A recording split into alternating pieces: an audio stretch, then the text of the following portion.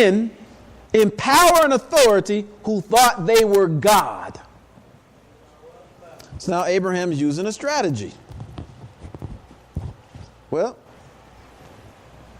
Abraham is like, well, I know that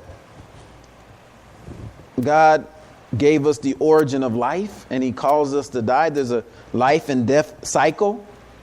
So Abraham's thinking universal, right? So he's seeing the plants, the animals, right? The seasons. He's seeing a whole picture of life and death. So he challenges the king. He said, my Lord gives life and death.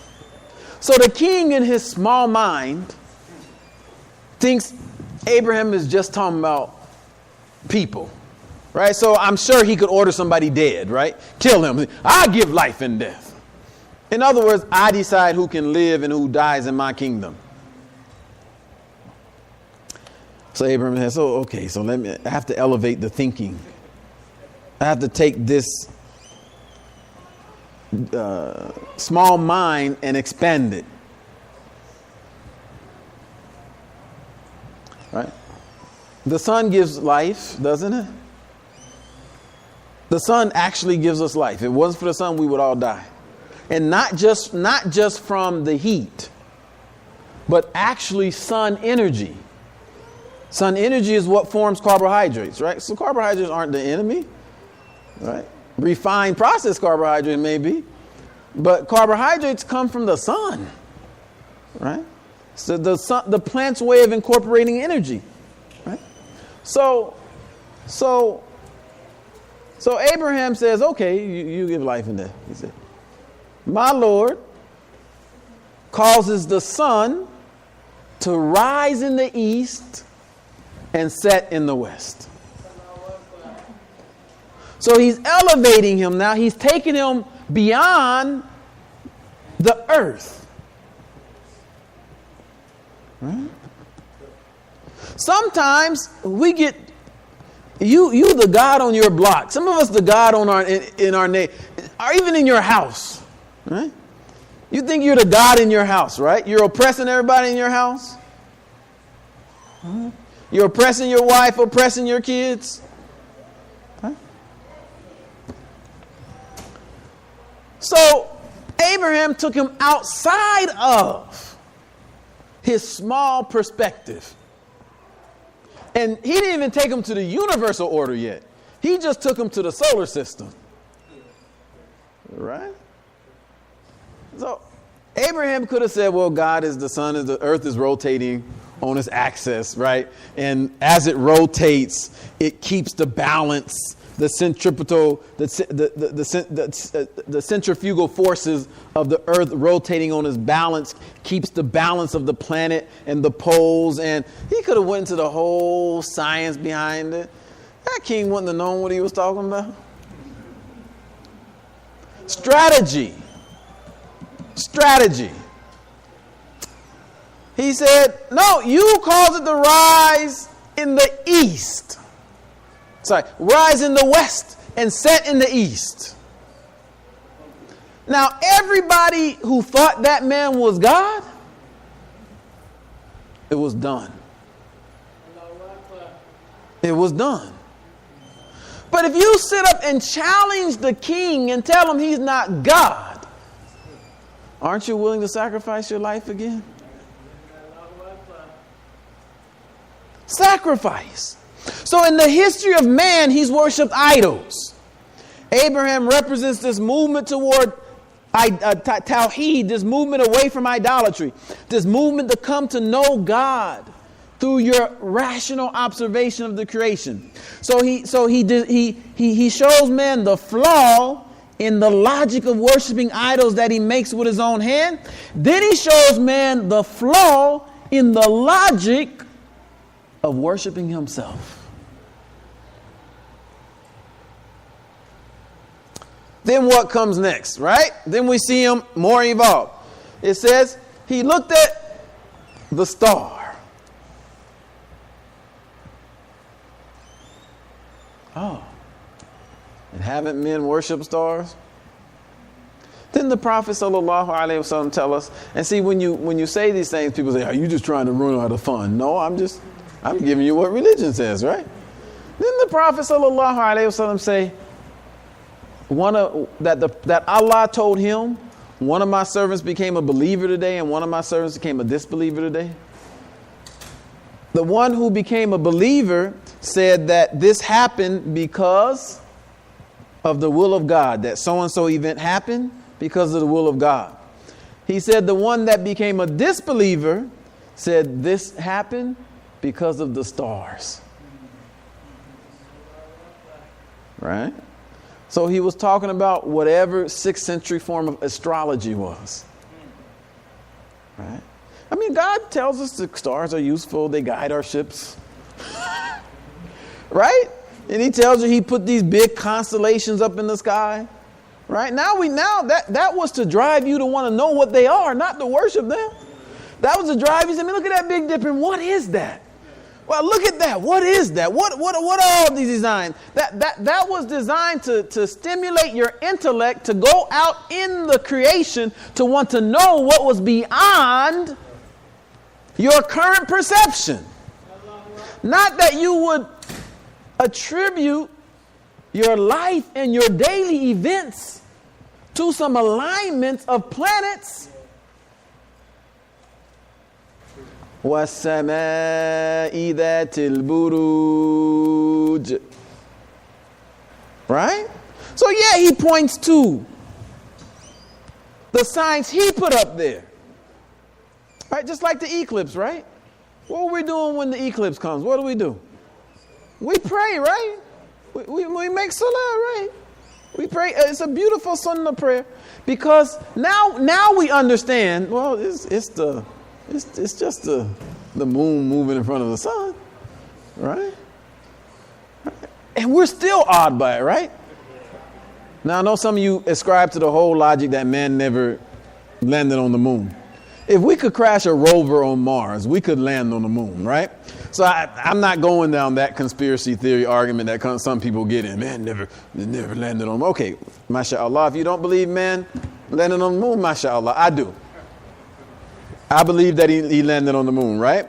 If nothing, we definitely have a space station. That's the other thing. We have an international space station, right? We have people, is that fake too? That's just a motto that we hold up, right? So we have an international space station, right? So, and yes, right? So it's not hard for me to believe that we landed on the moon, right? So now we know that it's just the moon moving in front of the sun. But still, although we know what it is, it wasn't the whole United States enthralled.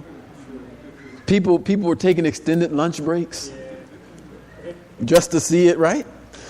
So imagine the 7th century, right? So so the Prophet sallallahu alaihi wasallam, he taught them a tradition to let them know the one who created these bodies that allow you to see these amazing things is worthy of worship. That's the one your attention should be given to, not these bodies themselves. So Abraham, in the history of man has worshipped stars. So Abraham says, Hada Rabbi, this must be my Lord. Then the star sets. He said, no, there's a flaw in that logic. This can't be my Lord. But if you notice now, it's not presenting him challenging a particular group of people. Right? Now it's presented as him questioning, him evolving in himself, right? Showing man's evolution. He's a picture of man's evolution, right? So he looks at the sun, Hada Rabbi, this is God. No, this can't be my Lord. Hada Rabbi too. It's Rabbi, right? Very personal. You can't. You can say Rabbi, my guardian, my evolver, my cherisher, my sustainer, my nurturer. So he sees the stars and he sees the limits in the stars. Okay, we're not going to worship that. Then he sees the moon. Haven't man worshipped the moon? Some still worship the moon. The full moon brings out the werewolf. Right? Right? So God made it clear. He said, you mark your calendars by the moon. The moon is a tool. God demystified all these things, right? But he acknowledges the power of the things he created. وَالشَّمْسِ وَضُحَاهَا وَالْقَمَرِ إِذَا تَلَاهَا. Oh, by the sun and its glorious splendor, and the moon as he follows her. So he sees the moon brighter, bigger, lights up the sky at night. And I'm not talking about what the sun, moon is symbolically. I'm just talking about the pure story, right? Hada Rabbi. This must be God. This must be my Lord. Then the moon sets. Oh, there's a flaw in that logic. Then the sun rises. To let you know this represents progression in thinking. He had been seeing the sun his whole life, right? But there's a higher level of consciousness because there's a search for God, right? So I'm looking at everything that I can see benefiting the life of man. So perhaps this is the Rab. Then the sun sets.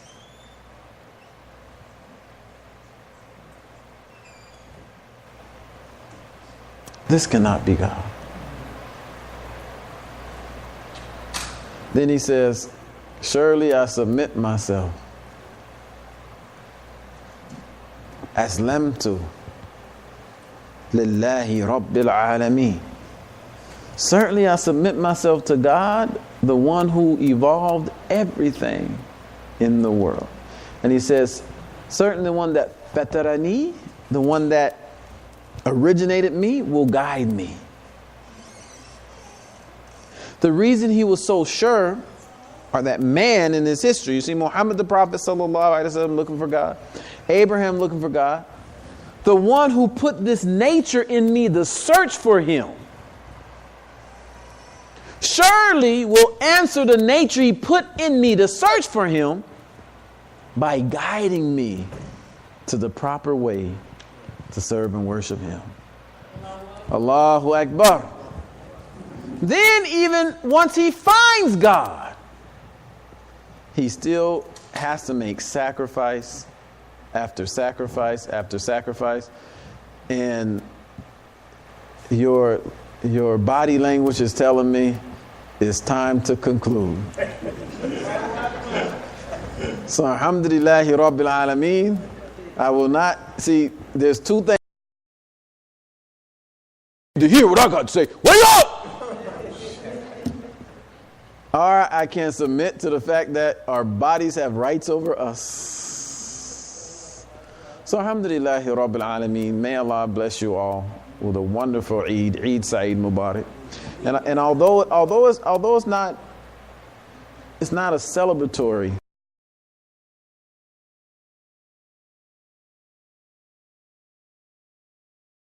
from the mayor. He said, let's get back to living. Let's get back to life. He said, and a lot of things we're canceling, let's not cancel them. Let's go ahead and do it because we have to get back on our feet.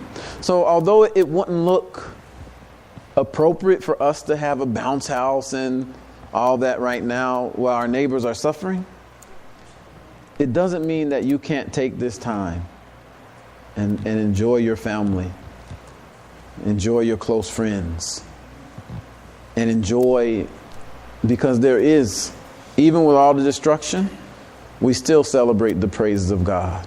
I'm going to end with this. If you remember after the battle of